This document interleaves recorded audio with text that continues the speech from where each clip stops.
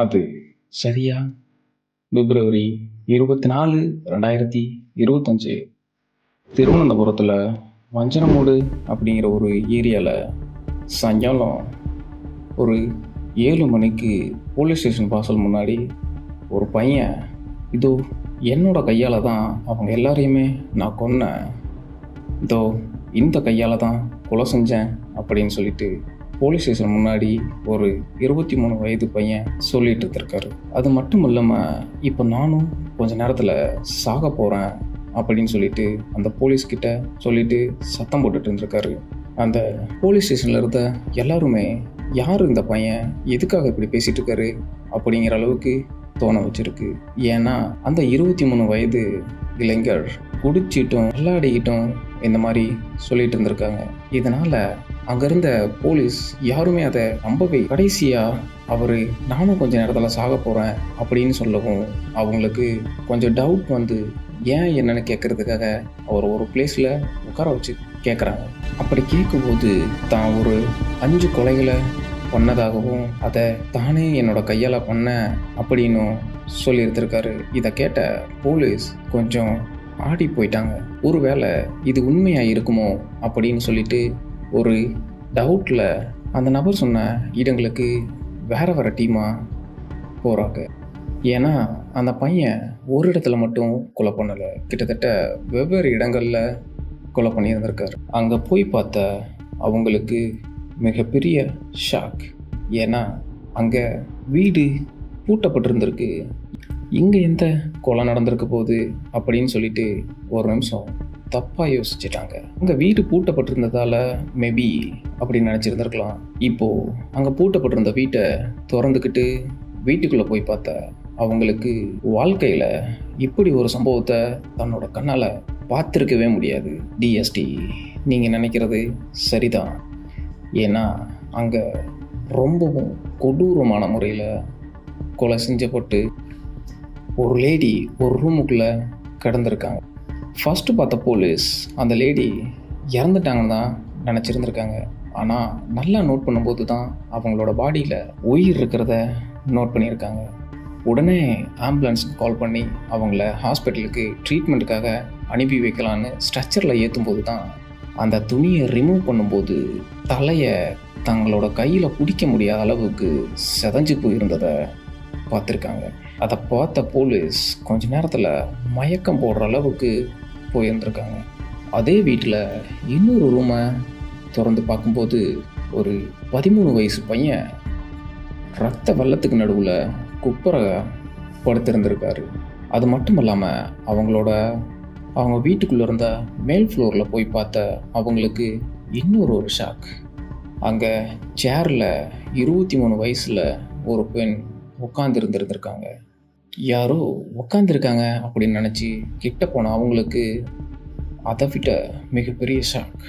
ஏன்னா அவங்களுமே கிட்டத்தட்ட தலையில் எதுவுமே இல்லாத நிலையில் இறந்து போயிருந்திருக்காங்க. இப்போது அங்கே இன்வெஸ்டிகேட் பண்ண போன போலீஸ் ஒரு ஷாக்கிங்கோட உச்சத்துக்கே போய் அந்த பையன் சொன்னது உண்மைதான் அப்படின்னு சொல்லிட்டு கன்ஃபார்ம் பண்ணுறாங்க. ஏன்னா அவங்க அனுப்பின எல்லா இடத்துலையுமே டெட் பாடிஸ் கிடச்சிருக்கு.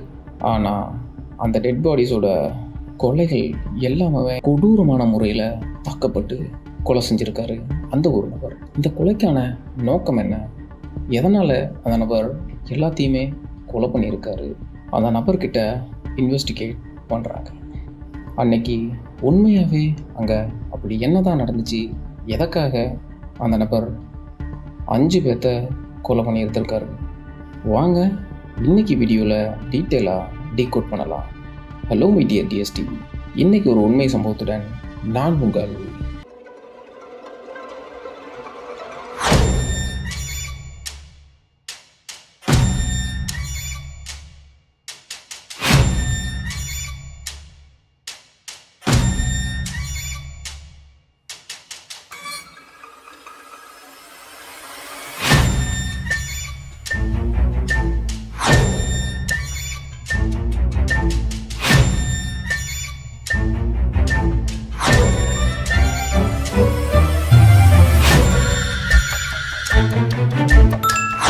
கேரளாவில் வஞ்சரமூடு அப்படிங்கிற ஒரு பகுதியைச் சேர்ந்த 23 வயதான அஃபான் அவரோட ஃபேமிலியோட ஒரு சந்தோஷமான வாழ்க்கையை தான் வாழ்ந்துட்டு வந்துட்டுருக்காரு. அஃபானோட ஃபாதர் ரஹீம் அப்ராடில் வேலை பார்த்துட்டு வீட்டுக்கு பணம் அனுப்பிட்டு வந்திருக்காரு. அப்போது அஃபான் பிஎஸ்சி படிச்சுட்டு இருந்திருக்காரு. வெளிநாட்டில் வேலை பார்த்துட்டு இருந்த அஃபானோட அப்பாவுக்கு அங்கே கொஞ்சம் பிஸ்னஸில் லாக் ஆனனால வீட்டுக்கு அமௌண்ட் அனுப்ப முடியாத நிலமையில் இருந்திருக்காரு. இப்போது காலேஜ் போயிட்டு இருந்த அஃபான் இனிமேல் வீட்டை நம்ம தான் பார்த்துக்கணும் அப்படின்னு சொல்லிட்டு காலேஜை ஸ்டாப் பண்ணிட்டு ஒர்க்குக்கு போக ஆரம்பிக்கிறான். கேன்சரில் பாதிக்கப்பட்ட அவங்க அம்மாவுக்கு ட்ரீட்மெண்ட் செலவுக்காக அவன் வேலைக்கு போய் அந்த காசை வச்சு கொஞ்சம் கொஞ்சமாக ட்ரீட்மெண்ட் பார்த்துட்டு வந்துட்டு இருந்திருக்கான். இப்படி வாழ்ந்துட்டு இருந்த அஃபானுக்கு ஒரு காதலியும் இருந்திருக்காங்க. அவங்க பேர் ஃபர்ஜானா. இவங்க 2 பேரும் லவ் பண்ணிவிட்டு சந்தோஷமான முறையில் வாழ்க்கையை ஸ்டார்ட் பண்ணலாம் அப்படின்னு சொல்லிட்டு கல்யாணம் பண்ணிக்கலாம் அப்படின்னு ஒரு முடிவு எடுத்து அஃபானோட சித்தப்பாவான லத்தீஃப் கிட்ட இதை பற்றி பேசலான்னு சொல்லிட்டு அவங்க வீட்டுக்கு போயிருக்காரு. இதை பற்றி பேசிகிட்டு இருக்கும்போது அஃபானோட சித்தப்பா லத்தீஃப், இப்போது உனக்குன்னு நிரந்தரமாக எந்த வேலையுமே இல்லை, இப்போ இருக்கிற வேலையை வச்சுட்டு நீ எப்படி அந்த பொண்ணை காப்பாற்றுவ, இப்போ உனக்கு கல்யாணம் வேணுமா அப்படின்னு சொல்லிட்டு அனுப்பிடுறாரு. அவர் சொன்னதுக்கப்புறம் வழக்கம் போல் தன்னோட வேலையை பார்த்துட்டு ஒர்க்குக்கு போயிட்டு இருந்த அஃபான் இப்போது சுத்தமாகவே அவங்க அப்பாவால் பணம் அனுப்ப முடியாததால் அவங்க அம்மா ட்ரீட்மெண்ட்டுக்கும் பணம் வேணுங்கிறதால அவங்களோட ரிலேட்டிவ்கிட்ட கொஞ்சம் கொஞ்சமாக பணம் வாங்க ஆரம்பிக்கிறான். அப்படி பணம் வாங்கிட்டு இருந்த அவனுக்கு நாளடைவில் பணம் வாங்கிறதும் பணம் திரும்ப கொடுக்கறதுமாவே ஒரு வாடிக்கையாக வச்சுட்டு இருந்திருக்கான். ஒரு கட்டத்துக்கு மேலே அவன் வாங்கி வச்ச கடன்லாம் பெருசாகி அவனால் அந்த கடனை திருப்பி அடைக்க முடியாத நிலைமைக்கு ஆளாகிட்டான். அதனால் அவனோட ரிலேட்டிவ்ஸும் அவனுக்கு பணம் கொடுத்து ஹெல்ப் பண்ண முடியாத நிலமையில் இருந்திருக்காங்க. அது மட்டும் இல்லாமல் அவனுக்கு கடன் கொடுத்த எல்லாருமே கடனை கேட்டு தொல்லை பண்ண ஆரம்பிச்சிருக்காங்க. ஒரு கட்டத்துக்கு மேலே என்ன பண்ணுறதுன்னு தெரியாமல் ரொம்பவுமே குழம்பி போய் ஒரு குழப்பத்தோட உச்சியில் இருந்திருக்கான் அஃபான். ஒரு நாள் பிப்ரவரி 24, 2025 அன்னைக்கு காலையில் அவனுக்கு 13 வயசில் அப்சான் அப்படிங்கிற ஒரு தம்பியும் இருந்திருக்கான். அவனை ஸ்கூலில் போய் விட்டுட்டு வர்றதுக்காக ஸ்கூலுக்கு போயிட்டு திரும்ப வீட்டுக்கு வரும்போது அவனுக்கு கடன் கொடுத்த ஒருத்தர் கால் பண்ணி எப்போ தான் வாங்கின பணத்தை திருப்பி தருவ அப்படின்னு சொல்லிட்டு ரொம்பவுமே ஆக்ரோஷமாக அஃபான் கிட்ட பேசியிருக்காரு. அங்கேருந்து வீட்டுக்கு வந்த அஃபான் என்ன நினச்சான்னு தெரியல, இதுக்கெல்லாம் இன்றைக்கி நான் முடிவு கட்டுறேன் அப்படின்னு நினச்சிட்டு எடுக்கக்கூடாத ஒரு முடிவை அஃபான் எடுத்திருக்கான். வீட்டுக்கு வந்த அவன் நேராக கிச்சனுக்குள்ளே போய் அங்கே இருந்த அவங்க அம்மா கிட்ட எனக்கு பணம் வேணும், கொஞ்சம் பணம் கொடுங்க அப்படின்னு சொல்லி கேட்டிருக்கான். அதுக்கு அவங்க அம்மா, என்கிட்ட எந்த பணம் இருக்குது, நானே உடம்பு சரியில்லாமல் வீட்டில் இருக்கிற வேலையை பார்த்துட்டு இருந்துகிட்ருக்கேன், நீ என்கிட்ட பணம் கேட்டுட்ருக்க அப்படின்னு சொல்லியிருந்திருக்காங்க. சடனாக அதை கேட்டு அவன் என்ன நினச்சான்னு தெரியல, அவங்க அம்மா தலையை பிடிச்சி செவுத்தில் அடிச்சிருக்கான். செவுத்தில் அடித்த அவங்க உடனே மயக்கம் போட்டு கீழே விழுந்திருக்காங்க. ரத்தமெல்லாம் வந்து கிட்டத்தட்ட முகமெல்லாம் ரத்தமான நிலமையில கீழே மயக்கம் அடைஞ்ச நிலையில் இருந்திருக்காங்க. கிச்சனில் விழுந்த அவங்கள அங்கேருந்து தரன்னு இழுத்துட்டு போய் அங்கேருந்த பெட்ரூம்குள்ளே அவங்கள போடுறான். அங்கே போட்டு இன்னுமே சாகாமல் இருந்த அவங்கள மறுபடியும் ஒரு துணியை போட்டு அவங்க தலையை சுற்றி செவுத்தில் அட்டின்னு அடித்து கிட்டத்தட்ட ரத்த வெள்ளத்தில் அவங்கள அங்கேயே போட்டுட்டு ரூமை லாக் பண்ணிட்டு வந்துடுறான். இப்போது வெளியே வந்த அவன் அங்கே இருந்த பேகு ஒன்று எடுத்துக்கிட்டு பைக் எடுத்துகிட்டு நேராக பங்கூரில் இருக்க அவங்களோட பாட்டி வீட்டுக்கு கிளம்புறான். அப்படி அங்கே போகிற வழியில் ஒரு சுத்திலையும் வாங்கி பேக்கில் வச்சுட்டு போகிறான். இப்போது நேராக அவங்க பாட்டி வீட்டுக்கு போன அவன் பாட்டிக்கிட்ட போயிட்டு எனக்கு கொஞ்சம் பணம் வேணும், எனக்கு கொடுங்க, அவசரமாக தேவை அப்படின்னு சொல்லி கேட்டிருக்கான். அவங்க பாட்டி இவன் கேட்குற நேரமெல்லாம் பணம் கொடுத்து உதவி இருக்காங்க, ஏன் என்னென்னு கேட்காமலே கொடுத்துருந்துருக்காங்க. ஆனால் இப்போது என்கிட்ட பணம் எதுவுமே இல்லையே அப்படின்னு சொல்லியிருந்திருக்காங்க. அதுக்கு அஃபான், அதான் கழுத்தில் செயின் போட்டிருக்கீங்கல்ல, அதை கொடுங்க, எனக்கு வேணும் அப்படின்னு சொல்லியிருந்திருக்கான்.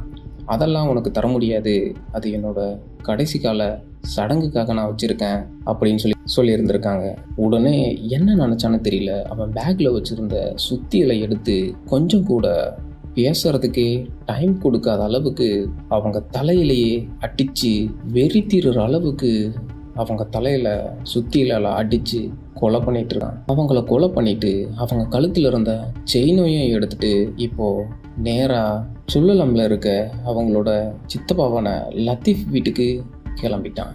அப்படி போகிற வழியில் ஒரு நகை கடையில் அந்த செயினை வச்சு பணம் வாங்கிட்டு காலையில் ஃபோன் பண்ண அந்த ஒரு கடன்காரருக்கு பணத்தையும் கொடுத்துட்டு போகிறான். நேராக சித்தப்பா வீட்டுக்கு போன அஃபான் வீட்டுக்குள்ளே போகும்போது அவங்களோட சித்தப்பா சோஃபாவில் உட்காந்துருக்காரு.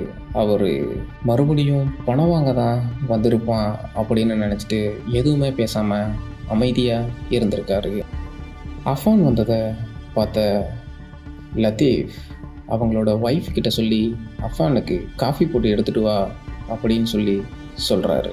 இப்போது அவங்க சித்தப்பாவை பார்க்கும்போது, உனக்கு இப்போ கல்யாணத்துக்கு என்ன அவசரம் அப்படின்னு கேட்ட அந்த ஒரு வார்த்தை சடனாக ஞாபகத்துக்கு வந்திருக்கு. வீட்டுக்குள்ளே போன அஃபான் சோஃபாவில் உட்காந்து அவங்க சித்தப்பா கிட்ட, எனக்கு கொஞ்சம் பணம் வேணும், அர்ஜென்ட்டாக பணம் கொடுங்க அப்படின்னு கேட்டிருக்கான். அதுக்கு அவங்க சித்தப்பா, என்கிட்ட பணம் எதுவும் இல்லை அப்படின்னு சொல்லியிருந்திருக்காரு. அவர் சொன்ன அடுத்த நிமிஷமே மறுவாரத்தை பேசுகிறதுக்கு கொஞ்சம் கூட டைம் கொடுக்காம மறுபடியும் சுத்தியலை எடுத்து அடித்து தலையெல்லாம் சிதைச்சி ஒரு மிருகத்தனமான வெறித்திற அளவுக்கு அவர் தலையை அடித்து உடைச்சிருக்காரு. இப்போது நேராக கிச்சனுக்குள்ளே போய் காஃபி போட்டுட்டு இருந்த அவங்களோட சித்தி அவங்களையுமே தலையில் அடித்து முகமெல்லாம் செதஞ்சு கொலை பண்ணியிருக்காரு. இப்போது சரியாக மணி 3 மணியை நெருங்கிட்டு இருந்த நேரத்தில் அவனோட லவ்வருக்கு கால் பண்ணி, உன்னை பார்க்கணும் போல இருக்குது, நீ உடனே கிளம்பி வா, நம்ம மீட் பண்ணலாம் அப்படின்னு சொல்லியிருக்கான். இவங்கிட்ட பணம் இல்லை, எந்த வசதியும் இல்லைன்னு தெரிஞ்சு தான் லவ் பண்ணாங்க ஃபர்சானா. அஃபான் கேட்டப்பெல்லாம் பணம் கொடுத்தும் உதவி இருந்திருக்காங்க. அஃபானும் அவங்க மேலே ரொம்பவும் உயிராக இருந்து இவங்கள மட்டும் எப்படி விட்டுட்டு போகிறதுன்னு நினச்சிருந்துருக்காரோ என்னமோ, அதனால தான் இப்படி ஒரு செயலை பண்ணியிருந்திருக்கார். உயிருக்கு உயிராக காதலிச்சுட்டு வந்த தன்னோட காதலியை வண்டியில் கூட்டிக்கிட்டு அவரோட வீட்டுக்கு போயிருக்காரு. ஆல்ரெடி அவங்க அம்மாவை அங்கே தானே கொலை பண்ணியிருக்காரு. ஸோ அதனால் அவங்க வீட்லேயே மேல் ஃப்ளோரில் இருக்க ஒரு ரூமுக்கு கூட்டிகிட்டு போயிருக்காரு. இப்போது கூட்டிகிட்டு போன அஃபான் இப்போது அவங்கக்கிட்ட பணம் எதுவும் கேட்க போகிறதில்ல. கேட்க போகிறது என்னவோ அவங்களோட உயிரை தான். ஐ மீன், இவங்க கேட்டப்பெல்லாம் பணம் கொடுத்துருக்காங்க ஃபர்சானா. ஸோ உயிருக்கு உயிராக காதலிச்சிய காதலியை எப்படி தனியாக விட்டுட்டு போகிறதுன்னு சொல்லிட்டு அவங்கள சேரில் உட்கார வச்சு கையை கட்டி போட்ட வாக்கில் சுத்தியலை எடுத்து தலையிலேயே அடித்து மண்டை ஓடெல்லாம் உடஞ்சி மூளையெல்லாம் வெளியில் வர அளவுக்கு ஒரு வெறித்தனமான ஆக்ரோஷமான முறையில் கொலையை பண்ணியிருக்காரு. இதுக்கப்புறம் அங்கேருந்து நேராக கிளம்பி அந்த கொலையை பண்ணிவிட்டு வெளியில் போகும்போது அவங்க அம்மாவோட ஃபோன் இருக்கிறத நோட் பண்ணுறாரு. அந்த ஃபோனை எடுத்து பாக்கெட்டில் போட்டுட்டு நேராக ஒயின் ஷாப் போகிறாரு. ஒயின் ஷாப் போயிட்டு ஃபுல்லாக குடிச்சிட்டு அங்கே உட்காந்துட்டு இருக்கும்போது அவனோட தம்பியான அப்சான் அவங்க அம்மாவோட நம்பருக்கு கால் பண்ணலான்னு சொல்லிட்டு கால் பண்ணுறான். ஆனால் அந்த ஃபோனை வச்சுருந்தது என்னவோ அஃபான். இப்போ அந்த ஃபோன் ரிங் ஆகிறத நோட் பண்ண அஃபான் ஃபோன் அட்டன் பண்ணி பேசும்போது அவன் தம்பி பேசிகிட்டு இருந்திருக்கான். எங்கே இருக்கீங்க, வீடு லாக்கில் இருக்குது அப்படின்னு கேட்கும்போது, நான் கொஞ்சம் வெளியில் வந்திருக்கேன், நீ பக்கத்தில் இருக்க ஹோட்டலுக்கு போயிட்டு நீ சாப்பிட்டுட்டு வீட்டுக்கு வா அப்படின்னு சொல்லியிருக்கான் அஃபான். அதே மாதிரி ஹோட்டலுக்கு போன அவனோட தம்பி சாப்பிட்டுட்டு அண்ணனுக்குமே சாப்பாடு பாசத்தோடு வாங்கிட்டு வந்திருக்கான். பாச உணர்ச்சியே இல்லாமல் அவனையும் அடித்து தலையெல்லாம் உடச்சி மண்டை ஓடெல்லாம் உடஞ்சி போன நிலமையில் கொலை பண்ணியிருக்கான். ஆனால் அஃபானுக்கு அவனோட தம்பியை ரொம்பவுமே பிடிக்கும். எப்பவும் ரொம்பவும் க்ளோஸாக தான் இருப்பாங்க. அப்படி இருந்த அவனோட தம்பியவே எப்படி கொலை பண்ணுறதுக்கு மனசு வந்ததுன்னே தெரியல. இப்போது கடைசியாக அவன் வாங்கிட்டு வந்திருந்த குவார்ட்டர்லையும் எலி பேஸ்ட்டை கலந்து குடிச்சிட்டு நேராக போலீஸ் ஸ்டேஷன் போய் அந்த கொலையெல்லாம் தான் தான் பண்ணினேன், இன்னும் கொஞ்ச நேரத்தில் நானும் சாக போவேன் அப்படின்னு சொல்லியிருக்கான். இந்த கேஸை இன்வெஸ்டிகேட் பண்ண அந்த போலீஸ் கொஞ்சம் கூட நினச்சி பார்த்துருக்கவே மாட்டாங்க. இவ்வளோ ஒரு கொடூரமான கொலையை தன்னோட வாழ்நாள்லேயே பார்த்துருக்கவே முடியாதுன்னு. ஏன்னா மை டியர் டிஎஸ்டி, நீங்கள் கொஞ்சம் கூட நினச்சி பார்க்க முடியாத அளவுக்கு இந்த கொலை நடந்திருக்கு. அந்த அட்டாப்சி ரிப்போர்ட்டில் என்ன இருந்ததுன்னா, ஒரு வெறி பிடிச்ச மிருகம் போல் பயங்கரமான சுத்தியல் போல் எக்யூப்மெண்ட்டாக வச்சு கிட்டத்தட்ட பல முறை அடித்து தான் இந்த கொலையை பண்ணியிருக்க முடியும் அப்படின்னு போட்டிருந்துருக்கு. இந்த கொலையை நேரில் பார்த்த அவங்க எல்லாருமே அன்கான்சியஸ் ஆகியிருக்காங்கன்னா பார்த்துக்குங்க டிஎஸ்டி. இந்த கொலைக்கான காரணம் என்னன்னா, ஒரு சரியான முடிவெடுக்க முடியாத நிலைமையில தான் அஃபான் இருந்திருக்கணும். ஒரு அவசரப்பட்டு இப்படி ஒரு முடிவு எடுத்து இப்படி பண்ணக்கூடாத சம்பவங்களை பண்ணியிருக்காரு அஃபான். இதில் அவங்களோட அம்மா மட்டும் உயிரோட இருக்கிறாங்க. இப்போ ஹலோ மை டியர் டிஎஸ்டி, இதிலிருந்து உங்களுக்கு நான் என்ன சொல்கிறேன்னா, எந்த ஒரு சிச்சுவேஷன்லேயும் நம்ம கான்ஃபிடெண்ட்டாக ஒரு தெளிவான டிசிஷனை எடுக்கணும்னு சொல்லிக்கிறேன். இந்த ஒரு சம்பவத்தை பற்றி நீங்கள் என்ன நினைக்கிறீங்கன்னு கமெண்ட் செக்ஷனில் மறக்காமல் சொல்லிட்டு போங்க. இதை போன்ற மீண்டும் ஒரு உண்மை சம்பவத்துடன் உங்களை சந்திக்கிறேன்.